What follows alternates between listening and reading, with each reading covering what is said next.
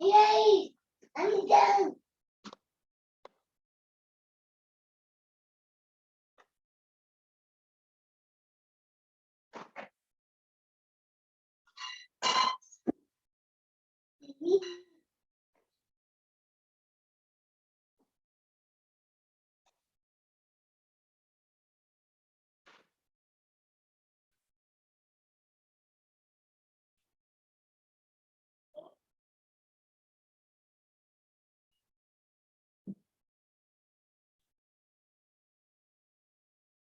ये है बच्चों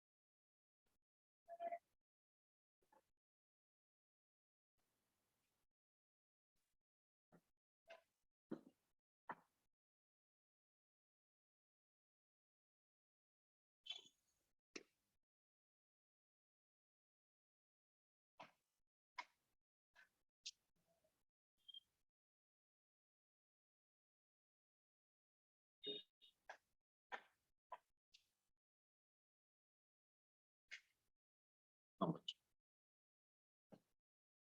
ये हमने पिछली क्लास में बात करी थी। फिर और हम एलिमेंट्स लेते हैं और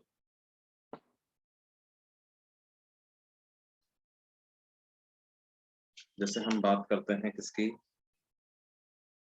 P due to straight wire.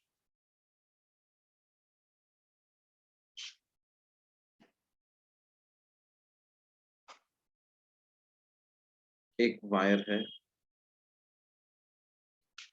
और स्ट्रेट वायर है, स्ट्रेट लाइन की टाइप का है। लैम्डा इसकी लीनियर चार्ज डेंसिटी मान लेते हैं, यूनिफॉर्म लीनियर चार्ज डेंसिटी है। और वायर से किसी परपेंडिकुलर डिस्टेंस r पे कोई पॉइंट है और वायर के एंड पॉइंट्स को जब इस पॉइंट से ज्वाइन करते हैं तो एंगल सबटेंड होते हैं θ1 θ2, है ना। r क्या है, perpendicular distance of the point from the wire. θ1 θ2 क्या है, एंगल जो कि इस पॉइंट P को वायर के एंड पॉइंट से ज्वाइन करने वाले लाइंस बनाती हैं, किसके साथ, with the normal to the wire.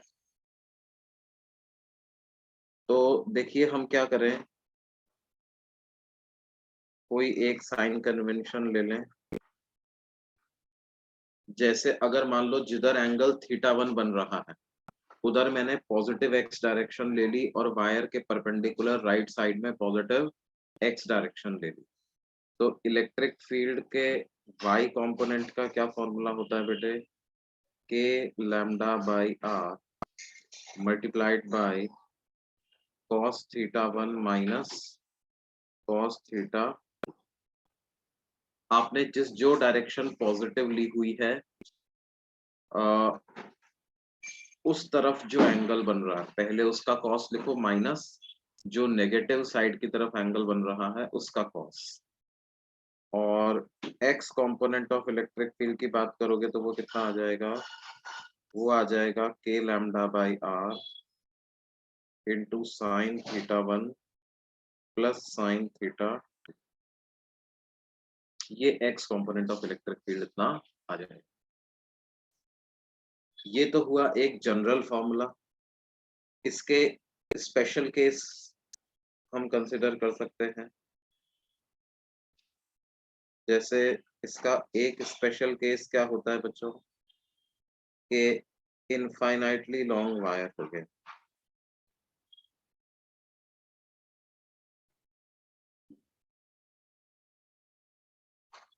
यदि अगर इनफाइनाइटली लॉन्ग वायर हो गया तो आप कोई भी पॉइंट कंसिडर कर लो, उससे वायर की परपेंडिकुलर डिस्टेंस आर हम बोल देते हैं, और दोनों साइड जो एंगल बन रहे हैं वो 90-90 के एंगल बन रहे हैं। θ1 and θ2 both will approach 90 degree.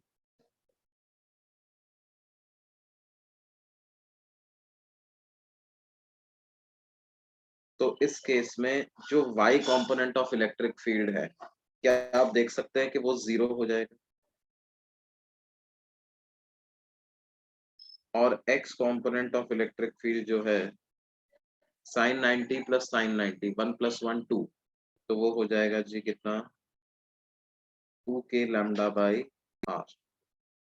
ये जो y कंपोनेंट है ना, इसको बोलते हैं, ये एक्चुअल में इसको आप p पैरेलल भी बोल सकते हैं, वायर के पैरेलल जो इलेक्ट्रिक फील्ड का कंपोनेंट है, और ex मतलब जो वायर के परपेंडिकुलर इलेक्ट्रिक फील्ड का कंपोनेंट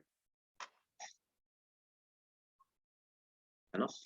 तो एक इनफाइनाइटली लॉन्ग वायर जी क्या करता है, एक इनफाइनाइटली लॉन्ग वायर जो इलेक्ट्रिक फील्ड प्रोड्यूस करता है वो किस डायरेक्शन में प्रोड्यूस करता है, अपने परपेंडिकुलर डायरेक्शन में ही इलेक्ट्रिक फील्ड प्रोड्यूस करता है। अगर मैं सिमेट्री की बात करूं जी, तो सिमेट्री किस तरह की होगी, सिमेट्री जो होगी वो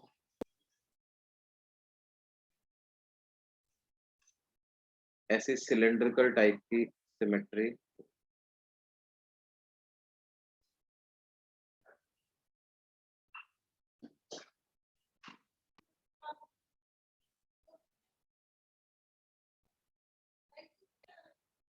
सिलेंड्रिकल सिमेट्री इस वायर की होगी। मतलब वायर को एक्सेस लेकर के अगर मैं एक सिलेंडर इसके अराउंड बना दूं, तो उस सिलेंडर के हर पॉइंट पर magnitude of intensity of electric field बराबर होगा। और सिलेंड्रिकल सरफेस की बात कर रहा हूं मैं ना, ऑफ कोर्स अंदर बाहर पूरी बात नहीं कर रहा, only at that cylindrical surface the magnitude of intensity of electric field will be equal, and the direction will be perpendicular to the surface of that cylinder। ये इस प्रकार से होगा। अच्छा, अगला स्पेशल केस की अगर मैं बात करूं, तो जैसे सेमी इनफाइनाइट वायर उसको बोलते हैं।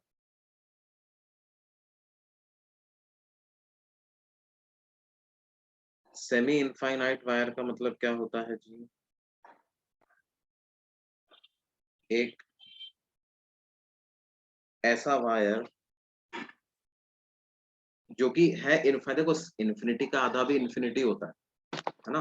तो semi infinite wire is also infinitely long, but now I am directly in front of one of its ends, right? My point P is such that it is directly in front of one of the ends.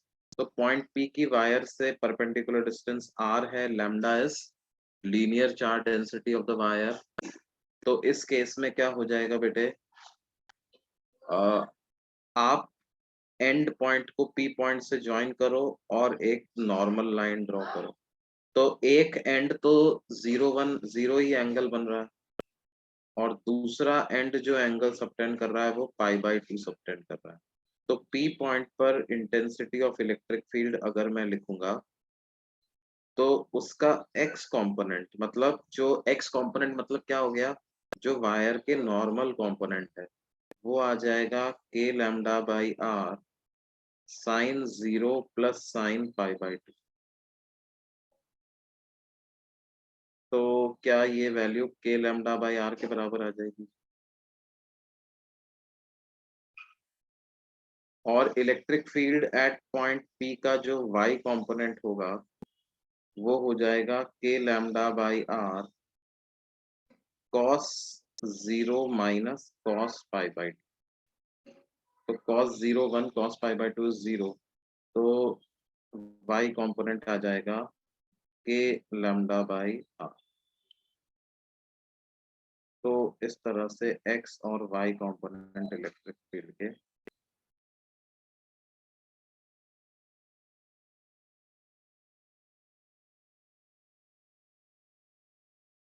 क्या ये बात समझ में आती है? Resultant electric field की direction अगर मैं देखूंगा तो वो कितना आ जाएगा जी, k lambda by r I cap plus k lambda by r। ठीक है, मतलब पैरेलल कंपोनेंट भी एक होगा इलेक्ट्रिक फील्ड का k लैम्डा बाई r, और एक परपेंडिकुलर कंपोनेंट भी होगा k लैम्डा बाई r, है ना। क्वेश्चंस की अगर बात करें तो देखो इस तरह से पूछे जा सकता है, कैसे कि मान लो हमें कहा जाए ये वायर है और हमें क्या करना है जी, अ, एक कुछ ऐसे पॉइंट पर इंटेंसिटी ऑफ इलेक्ट्रिक फील्ड पता करनी है ना। ये पॉइंट क्या है, वायर से तो परपेंडिकुलर डिस्टेंस इसकी r ही है, और जब हम ये वाला पॉइंट ज्वाइन करते हैं तो एंगल बनता है जी 30 डिग्री, और जब हम ऊपर वाला एंड वायर का ज्वाइन करते हैं तो एंगल बनता है कितना, 60 डिग्री। तो हमें क्या है, P पॉइंट पर intensity of electric field calculate करनी। Lambda, lambda is linear charge density.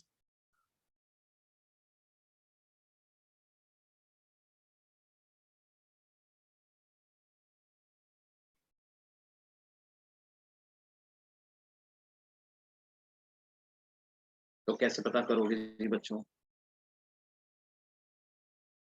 देखो फिर से हम क्या करें, इस डायरेक्शन को x मान लेते हैं जो वायर के परपेंडिकुलर है, और जो वायर के पैरेलल है अपवर्ड डायरेक्शन को पॉजिटिव y मान लेते हैं, है ना। तो इसके मुताबिक थीटा वन की वैल्यू तो 60 डिग्री लिख सकते हैं हम, ऊपर की तरफ वाला एंड नॉर्मल के साथ 60 डिग्री एंगल बना रहा है। थीटा टू की वैल्यू जो हमारा स्टैंडर्ड डायग्राम था उससे कंपेयर करो तो क्या होता है, ये एंगल थीटा वन, इधर एंगल बन रहा है थीटा टू, तो क्या हो जाएगा, थीटा टू की वैल्यू -30 डिग्री आ जाएगी, है ना। क्योंकि देखो डायग्राम में क्या होना चाहिए, नॉर्मल के साथ थीटा टू नीचे की ओर बन रहा है डाउनवर्ड डायरेक्शन में, लेकिन यहाँ पर क्या है, ये लाइन नॉर्मल है, ये रही नॉर्मल, और इसके साथ थीटा वन और थीटा टू दोनों ऊपर की तरफ ही बन रहे हैं। अब थीटा वन तो ऊपर ही बनना चाहिए, है ना, ऊपर बनता है तो उसको पॉजिटिव लेते हैं। थीटा टू को पॉजिटिव कब लेते हैं, जब थीटा टू ऊपर बन रहा होता है।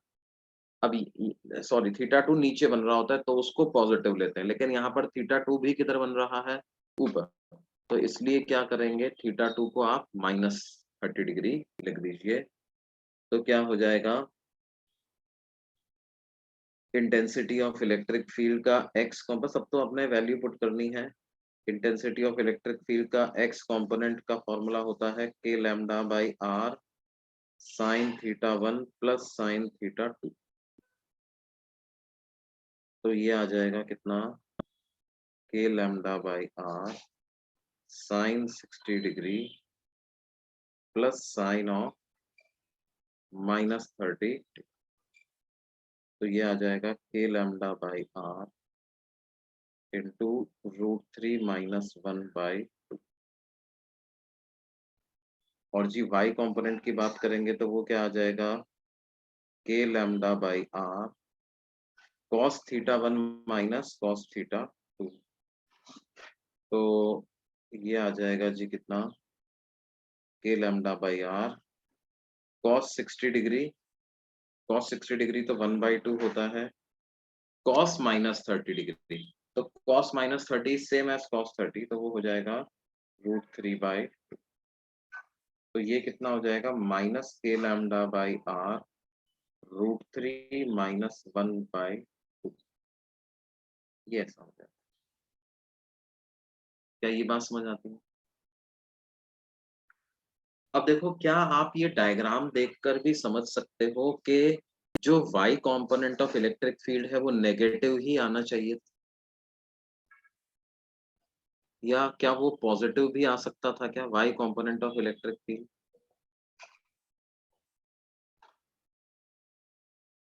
अगर इस वायर का लीनियर चार्ज डेंसिटी पॉजिटिव है तो क्या है, इसको हम छोटे छोटे एलिमेंट्स से मिलके बना हुआ अगर माने, तो हर एलिमेंट अपने से अवे इलेक्ट्रिक फील्ड जनरेट कर रहा होगा।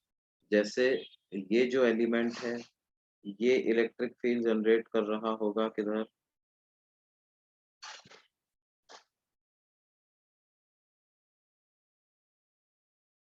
कुछ इस डायरेक्शन में जनरेट कर रहा है। ऊपर वाला एलिमेंट जाए वो इधर इलेक्ट्रिक फील्ड जनरेट, उसके ऊपर वाला एलिमेंट जाए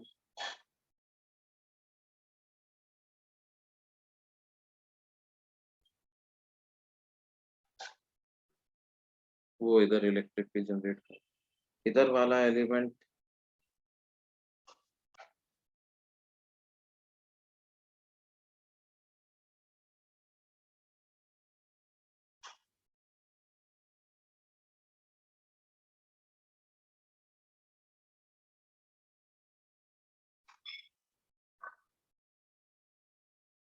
ये इलेक्ट्रिक फील्ड इस तरह से जनरेट कर रहा है ना।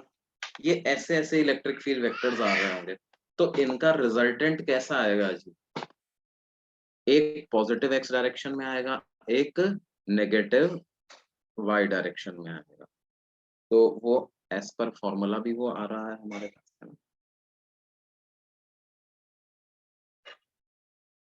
तो ये बात हुई बच्चों किसकी, स्ट्रेट वायर की। जैसे उसमें एक एग्जांपल आप ऐसा कर सकते हो जी कि मान लो क्या है आपके पास,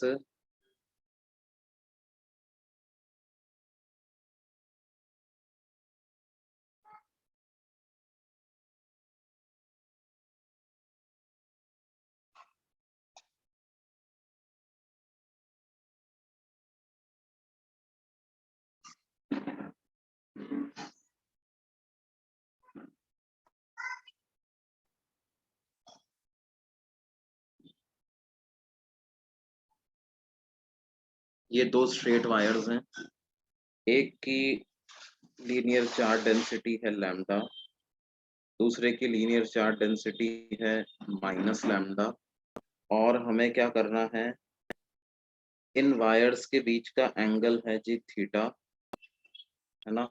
हमें एंगल बाइसेक्टर पर इंटेंसिटी ऑफ इलेक्ट्रिक फील्ड पता करनी, find intensity of electric field at a point on the angle bisector. और वो पॉइंट जो है इन दोनों के इंटरसेक्शन से कुछ डी डिस्टेंस की दूरी पर। Find intensity of electric field at point P.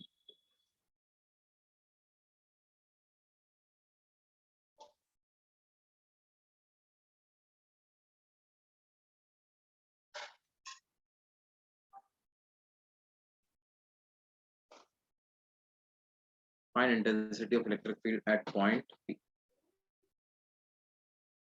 तो क्या ये कैलकुलेट कर सकते हैं बच्चों?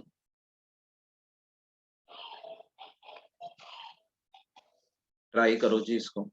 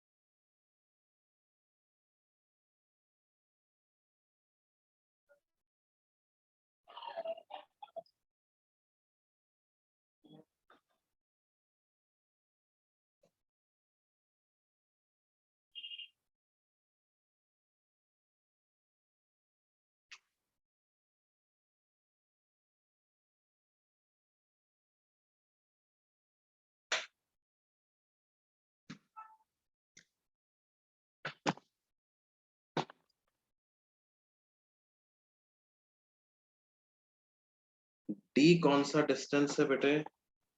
डी है जो पॉइंट पी का intersection of the two wires से जो डिस्टेंस है, दैट इज डी।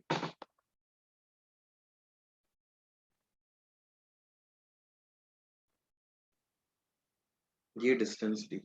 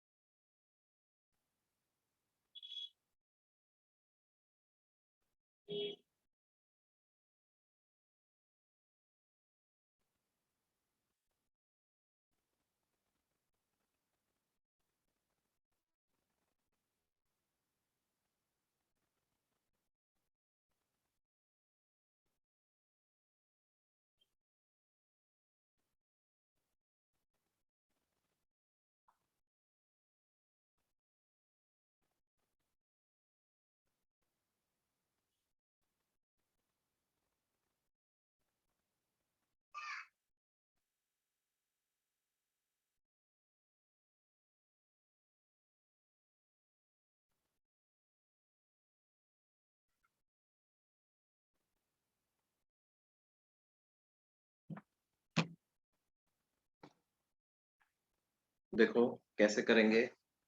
जो दोनों इनफाइनाइटली लॉन्ग वायर्स हैं, है ना, तो दोनों वायर्स इलेक्ट्रिक फील्ड जो प्रोड्यूस करेंगे वो अपने अपने परपेंडिकुलर डायरेक्शन में प्रोड्यूस करेंगे। और वो डायरेक्शन कैसे पता करते हैं? पी पॉइंट से वायर पे परपेंडिकुलर ड्रॉप कर दो और ये पॉजिटिवली चार्ज वायर जो है वो इस नॉर्मल की डायरेक्शन में इलेक्ट्रिक फील्ड जनरेट करेगा। और माइनस लैम्डा जो वायर है वो क्या करेगा?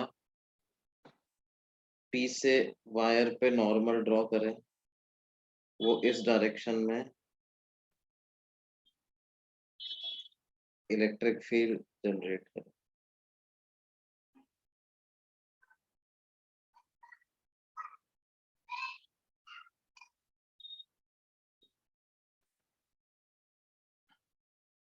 तो ये एंगल थीटा है, तो ये एंगल भी होगा थीटा,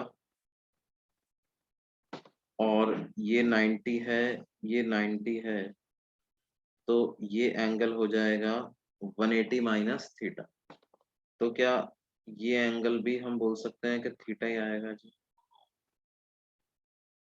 अब दो वेक्टर्स हैं, दोनों के बीच में एंगल थीटा है, तो जो रिजल्टेंट वेक्टर आएगा उसकी वैल्यू हो जाएगी 2e cos theta by 2, e cos theta by 2 plus e cos theta by 2। ठीक है, वो हो जाएगा 2e cos थीटा बाई 2। अब एक e को कैसे लिखें, देखिए ये डिस्टेंस d है, इधर एंगल थीटा बाई 2 बनेगा, तो जो परपेंडिकुलर डिस्टेंस है वो हो जाएगी d साइन थीटा बाई 2। तो e की वैल्यू को क्या लिख देंगे, 2k lambda divided by r को लिख देंगे d साइन थीटा बाई 2 और मल्टीप्लाई हो गया cos थीटा बाई 2 से। तो ये वैल्यू क्या हो जाएगी, 4k lambda by d into cot theta by, ये रिजल्टेंट इलेक्ट्रिक फील्ड की इतनी वैल्यू आ जाएगी, 4k lambda by d into cot theta by, है ना। और वो किस डायरेक्शन में होगा, resultant electric field will be in this,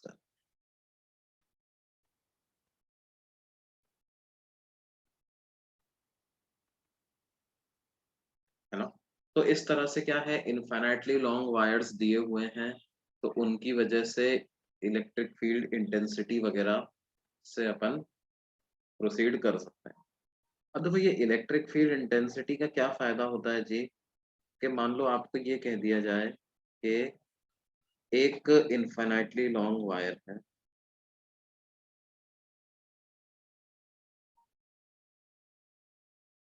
उसकी लीनियर चार्ज डेंसिटी है लैम्डा 1, और एक फाइनाइट लेंथ का वायर है, उसकी लीनियर चार्ज डेंसिटी है लैम्डा 2। लैम्डा 1 और लैम्डा 2 जो है वो क्या है, दोनों ही constant uniform linear charge densities हैं। जो लैम्डा 2 वायर है उसकी लेंथ है कुछ L, और ये वायर एक इनफाइनाइटली लॉन्ग वायर से d डिस्टेंस की दूरी पर रखा हुआ। तो हमें क्या करना है जी, हमें कैलकुलेट करना है, कैलकुलेट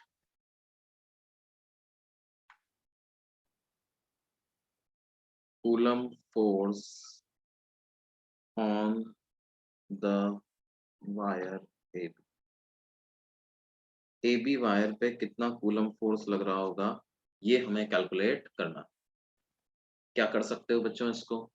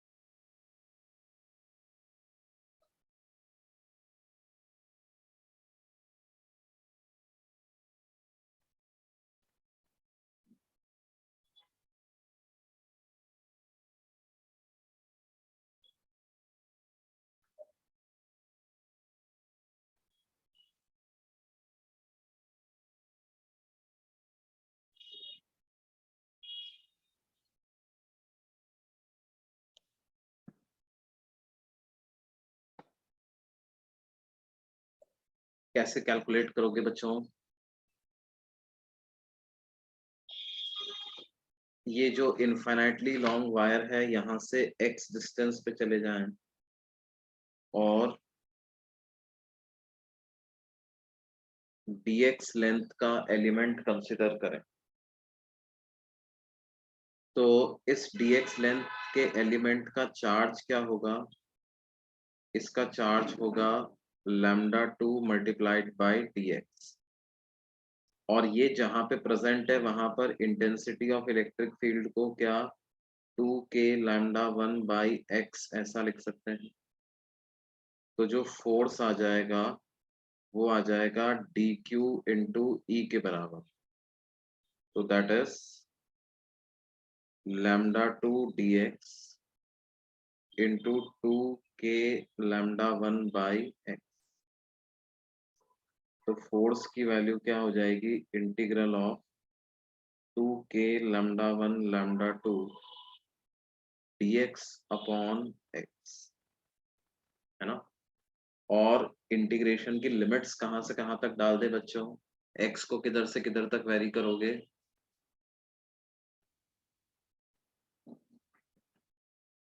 बोलिए जी। क्या x को लोअर लिमिट क्या पुट करें, अपर लिमिट क्या पुट करें? डी से डी प्लस एल। t से d प्लस एल पुट करो, तो क्या हो जाएगा? 2k lambda 1 lambda 2 dx upon x is ln x, तो ln of d plus L minus ln d, तो डिवाइडेड बाय क्या f की ये वैल्यू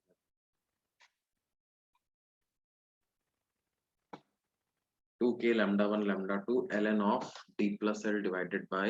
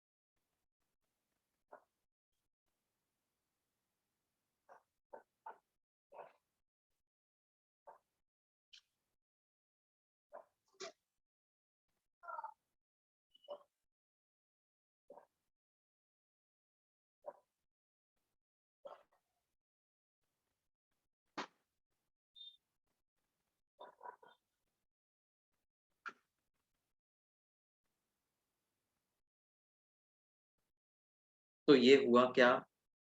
वायर की वजह से इलेक्ट्रिक फील्ड कैसे निकालते हैं? दो तीन वायर हो तो कैसे निकालेंगे, उसका यूज करके फोर्स वगैरह कैसे कैलकुलेट करते हैं। अब हम बात करते हैं क्या बच्चों? E due to a ring at its axis.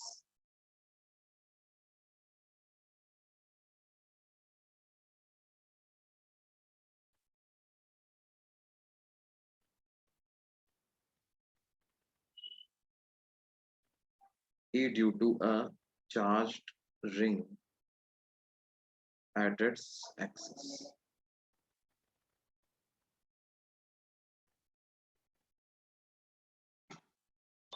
देखिए क्या है,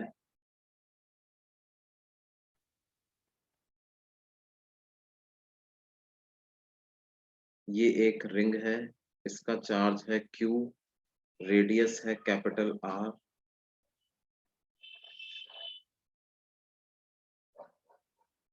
और हमें क्या करना है, इसकी एक्सिस पर कोई पॉइंट लेना है P, जो कि सेंटर से x डिस्टेंस पे हो।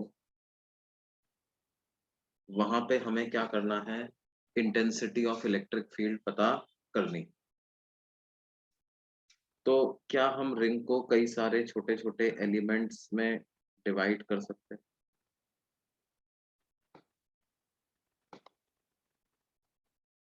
तो क्या है, ये इधर इलेक्ट्रिक फील्ड प्रोड्यूस, ये एलिमेंट, ये इधर इलेक्ट्रिक फील्ड प्रोड्यूस। इन सारे एलिमेंट्स को जब आप इस पॉइंट से ज्वाइन करोगे बच्चों, तो क्या एक कोन जैसा बन जाएगा, है ना? ये सारे रिंग के एलिमेंट्स हैं, उसको पी पॉइंट से ज्वाइन करेंगे तो पूरा कोर जैसा, कोन जैसा बन जाएगा।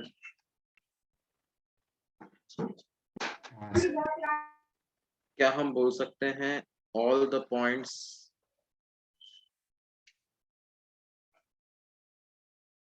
on the circumference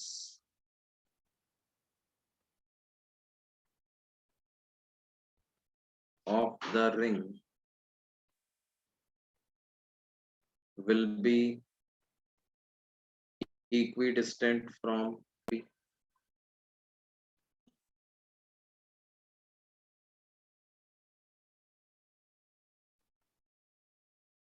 Will be equidistant from P.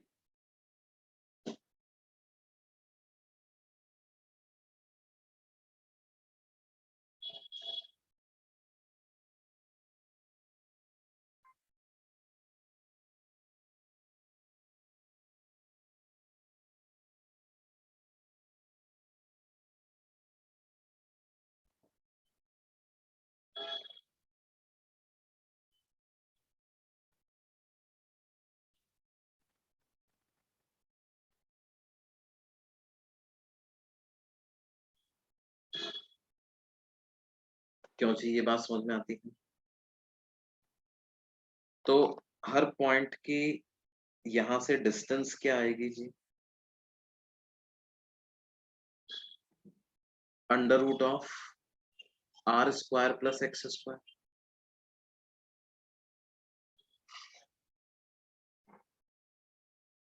क्या आप बाई सिमेट्री बोल सकते हो कि रिजल्टेंट इलेक्ट्रिक फील्ड जो होगा वो एक्सिस के अलोंग ही होगा? क्योंकि मैं जैसे डायमेट्रिकली अपोजिट पॉइंट्स को सिस्टम मानूं, जैसे फॉर एग्जांपल मैंने क्या किया, इस वाले पॉइंट को और इस इधर जो dx लेंथ का एलिमेंट है इसको सिस्टम माना, तो ये इंटेंसिटी ऑफ इलेक्ट्रिक फील्ड कैसे प्रोड्यूस करेंगे? एक नेगेटिव वाई डायरेक्शन में, एक पॉजिटिव वाई डायरेक्शन में। तो रिजल्टेंट जो आ जाएगा वो पॉजिटिव एक्स डायरेक्शन में आ जाएगा, नहीं? तो रिजल्टेंट पॉजिटिव एक्स डायरेक्शन में आ जाएगा तो क्या है,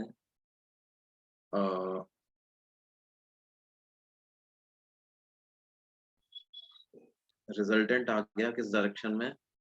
पॉजिटिव एक्स डायरेक्शन में आ गया।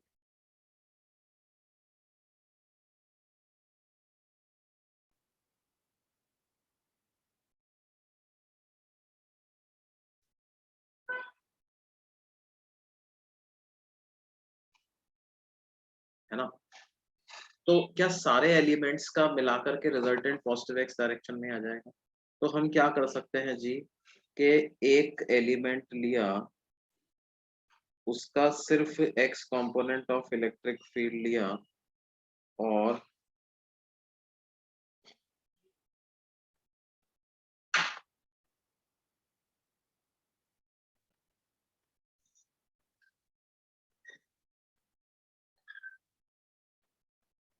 इसका x component of electric field लिख करके मैंने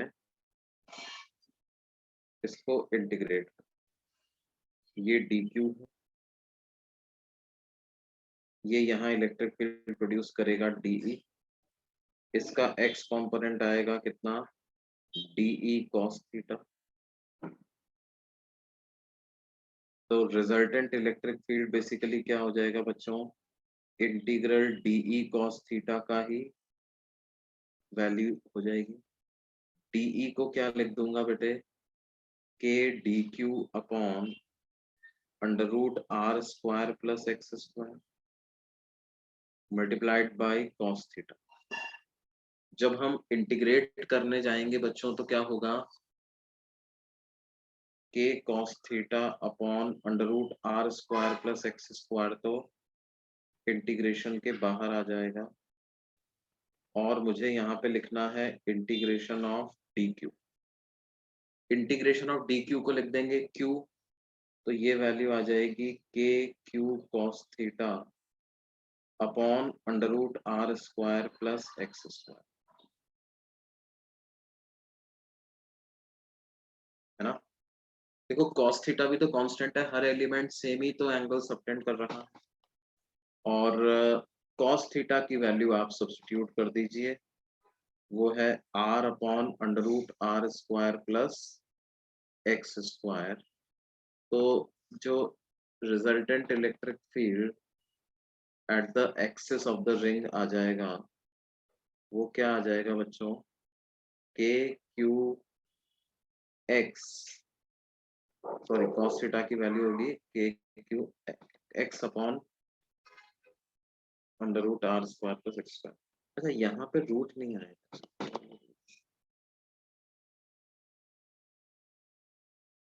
ये क्या बचेगा, आर स्क्वायर प्लस, तो ये आ जाएगा r square plus x square. तो यहाँ पर भी रहेगा आर स्क्वायर प्लस एक्स, तो ये हो जाएगा k q x upon are square plus x square की पावर 3 बाई, ये इलेक्ट्रिक फील्ड ऐसा। क्या ये बात समझ में आती है?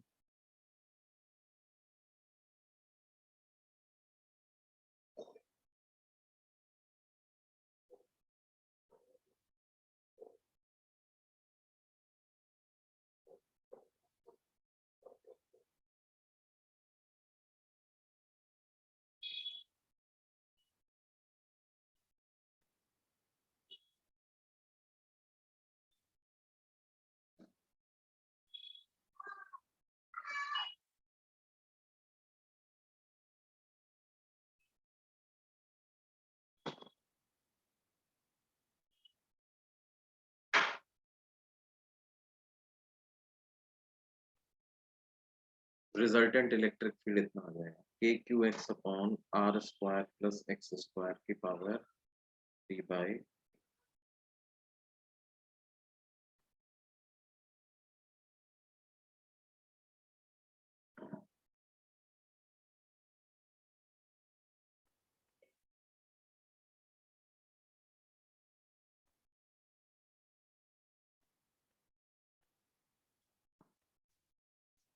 है ना।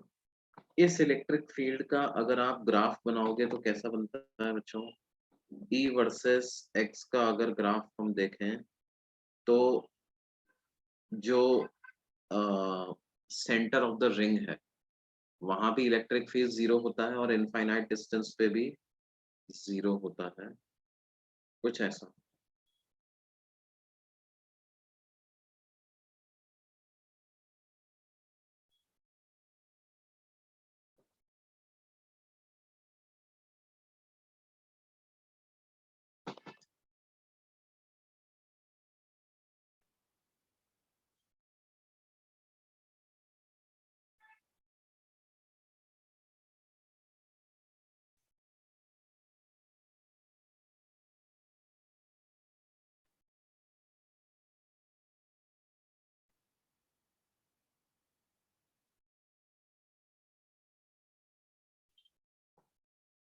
क्या ये बात समझ में आती है बच्चों?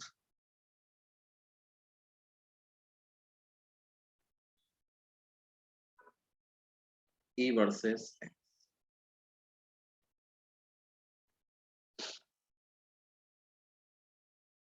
एक्स की एक वैल्यू ऐसी एग्जिस्ट करती है जहां पर ये E मैक्सिमम होता है, वो एक्स की वैल्यू आती है कितनी, plus r by root two minus r. देखो माइनस एक्स का मतलब left side of the ring, plus x मतलब right side of the ring, है ना। वो मतलब उसमें कोई ज्यादा डिफरेंशिएशन नहीं है भाई। क्या है, यहाँ पे रिंग रखी हुई है तो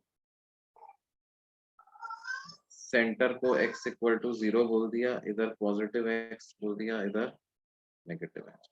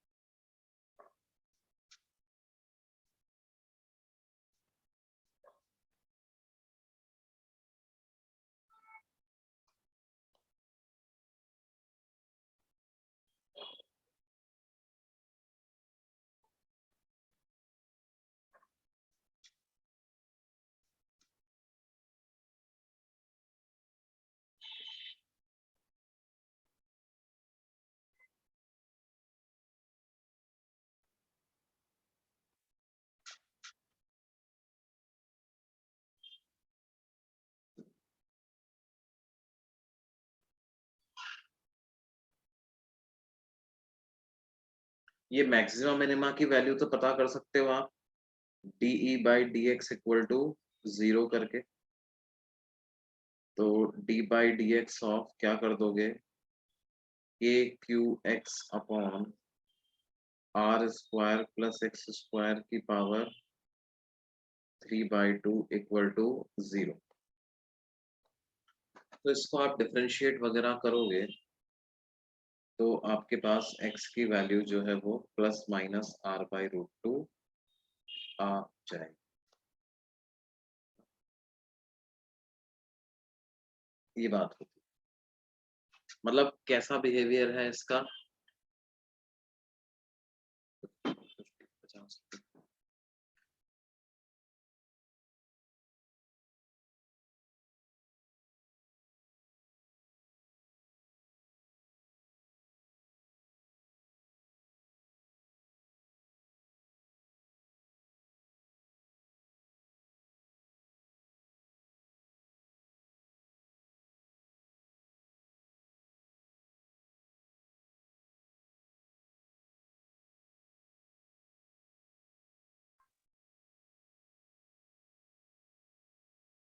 क्या ये बात समझ में आती है?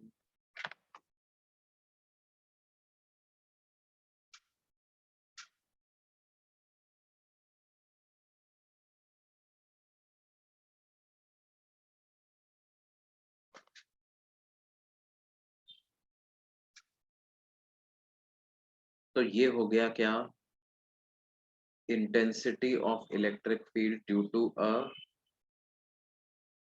सर्कुलर रिंग, है ना। देखो जैसे इसमें ये सवाल बनता है कि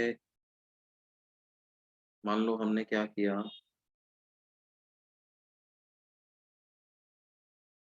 एक आर रेडियस की रिंग हमने ली और उसका चार्ज है Q, और उसके सेंटर पे एक -Q चार्ज और m मास का पार्टिकल रखा हुआ, ठीक है। Find the time period of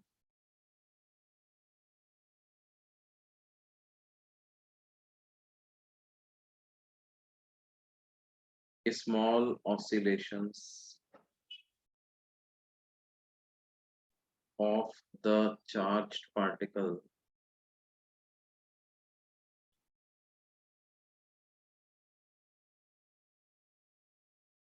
about the center of the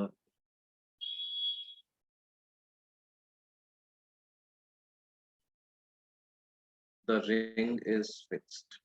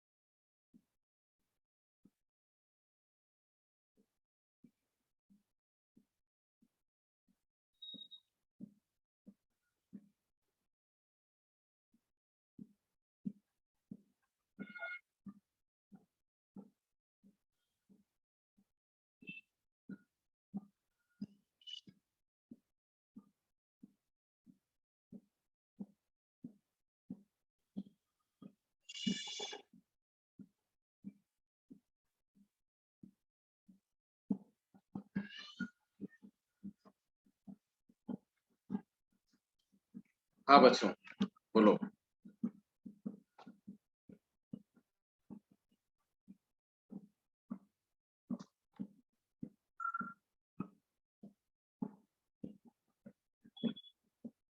देखो चार्ज पार्टिकल को हमने थोड़ा सा आगे बढ़ाया, ये रिंग जो है वो इलेक्ट्रिक फील्ड तो राइट में प्रोड्यूस कर रही है, लेकिन क्या है, चार्ज पार्टिकल पे फोर्स लेफ्ट में लगेगा,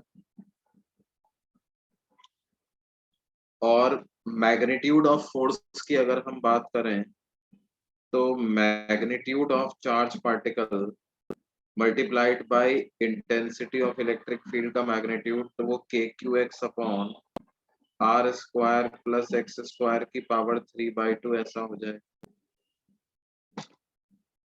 नाउ हमसे कहा गया है स्मॉल ऑसिलेशन से, स्मॉल ऑसिलेशंस का मतलब x is very small in comparison to capital R, तो फोर्स का मैग्नीट्यूड क्या आ जाएगा बच्चों, k q q x divided by R Q. क्या ये फोर्स x के प्रोपोर्शनल आ रहा है और मीन पोजीशन की तरफ आ रहा है? बिल्कुल, mean position centre of the ring की है, तो क्या है, पार्टिकल विल परफॉर्म एसएचएम और फोर्स कांस्टेंट ऑफ एसएचएम हो जाएगा इतना, k q q by R cube. तो टाइम पीरियड की क्या वैल्यू आ जाएगी बच्चों, 2 pi under root of m divided by ये k q q by are.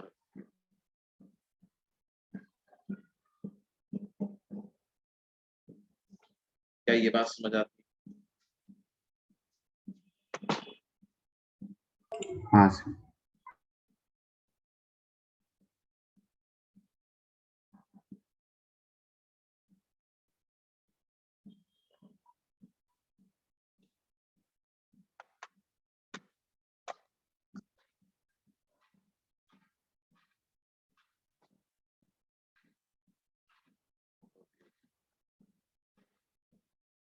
तो ये रिंग का इलेक्ट्रिक फील्ड इस तरीके से है। रिंग के बाद हम बात करेंगे किसकी, E due to hollow.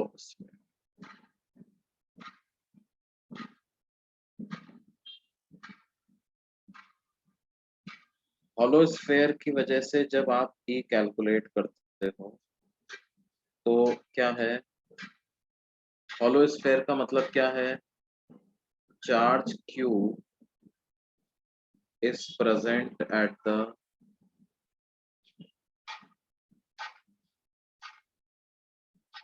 surface of the sphere।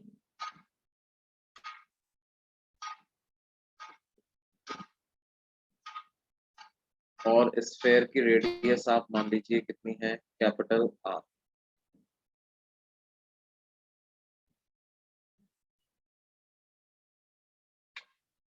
है ना। And let small r be the distance from the center of the ring।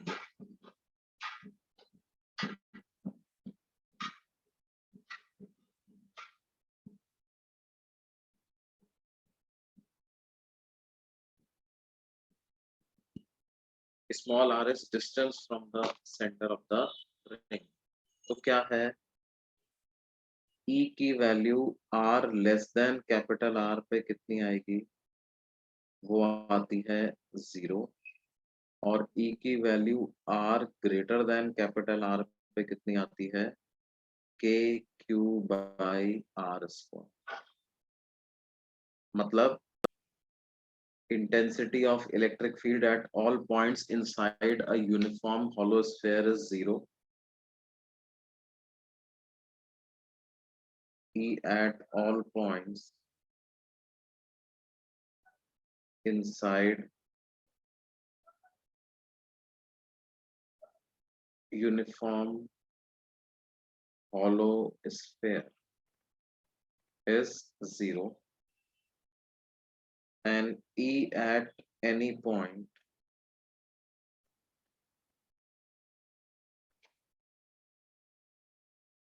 outside the hollow sphere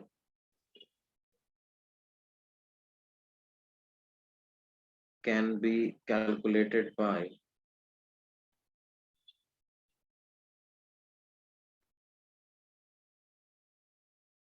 considering all charge to be concentrated at the center of the ring.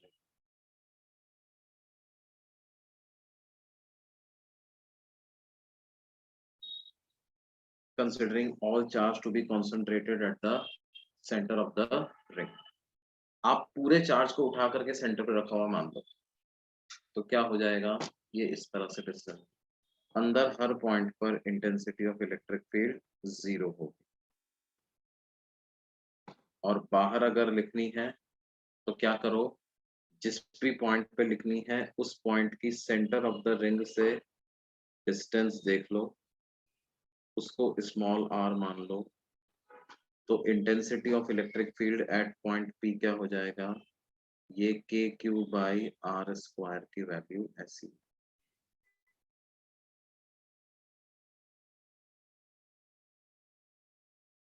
क्या ये बात समझ में आती है?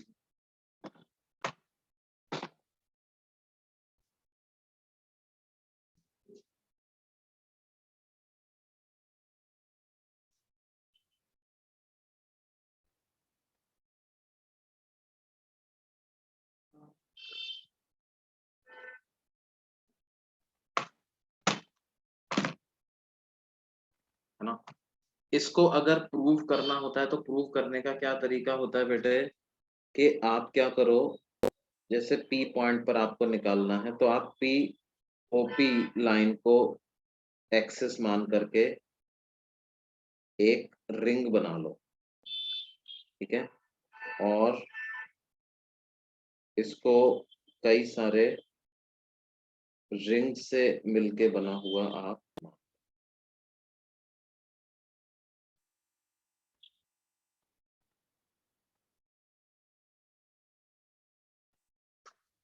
कई सारे रिंग से मिलके बना हुआ आप मान, तो एक रिंग का चार्ज अगर हम DQ कहते हैं तो उससे आप इसको कॉन्सेंट्रेटेड करके, मतलब DQ की वजह से एक्सिस पे क्या होता है इलेक्ट्रिक फील्ड, ये तो पता ही है हम, तो overall total intensity of electric field अपने पास आ जाएगी।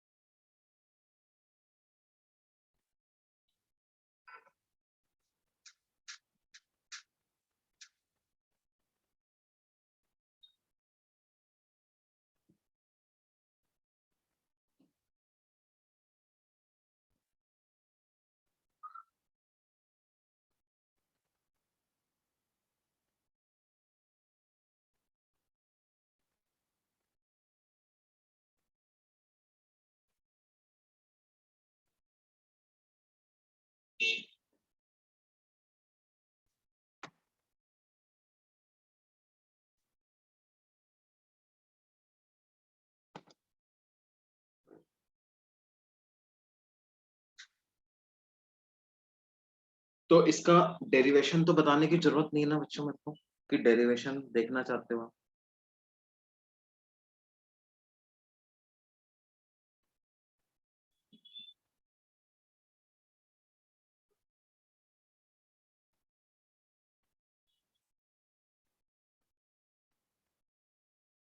तो मैं आपको एक्सप्रेशन बना के दे देता हूँ, है ना, इंटीग्रेशन वगैरह भले ही आप करके देख लो।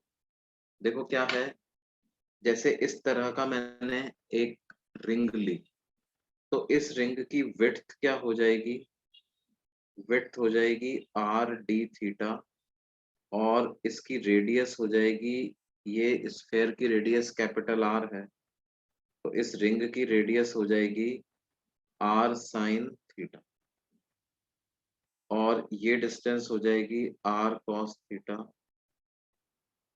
और सेंटर से पी पॉइंट की डिस्टेंस हो जाएगी r minus capital R cos theta.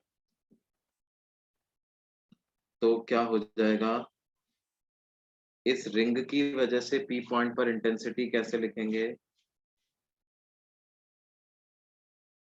के डी क्यू, डी क्यू को मैं लिख देता हूँ Q divided by 4 pi r² into 2 pi r sine theta multiplied by R D theta, 2 pi r sine theta multiplied by R D theta. तो के Q, ये पूरा तो क्या आया है, रिंग का चार्ज, एक्स, एक्स कैसे लिखें, एक्स हो जाएगा r minus r cos theta, तो k d q x upon are square plus x square की पावर 3/2। तो आर, यहाँ पर रेडियस ऑफ द रिंग है, वो है आर साइन थीटा, तो r square plus x square यानी r minus r cos theta का whole square raise to the power कितना, 3/2। ये क्या किया है हमने, वो रिंग की वजह से एक्सिस पर जो इलेक्ट्रिक फील्ड होता है उसका फॉर्मूला लिखा, electric field due to ring at its axis.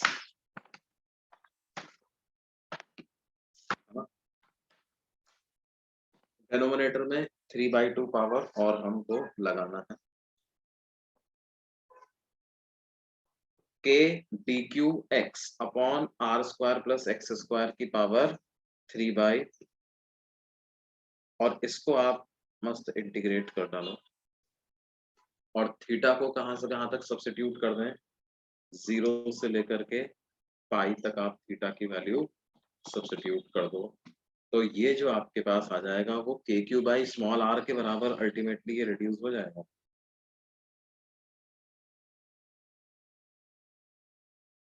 ये बात समझ में आती है,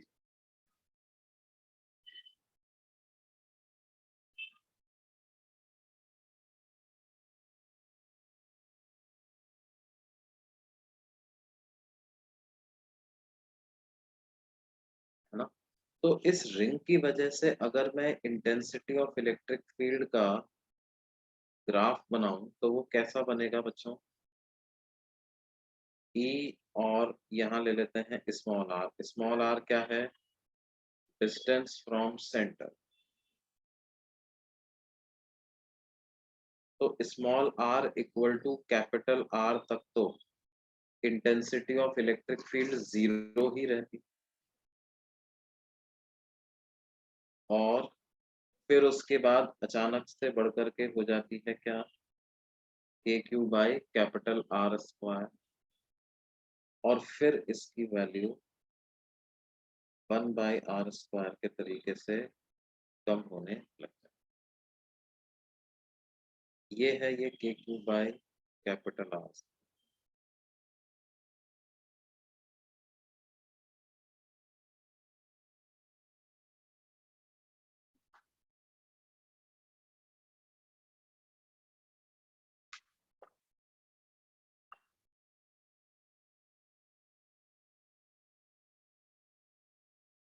ओके बच्चों, अभी अगली क्लास में इसको हम कंटिन्यू करेंगे, ठीक है।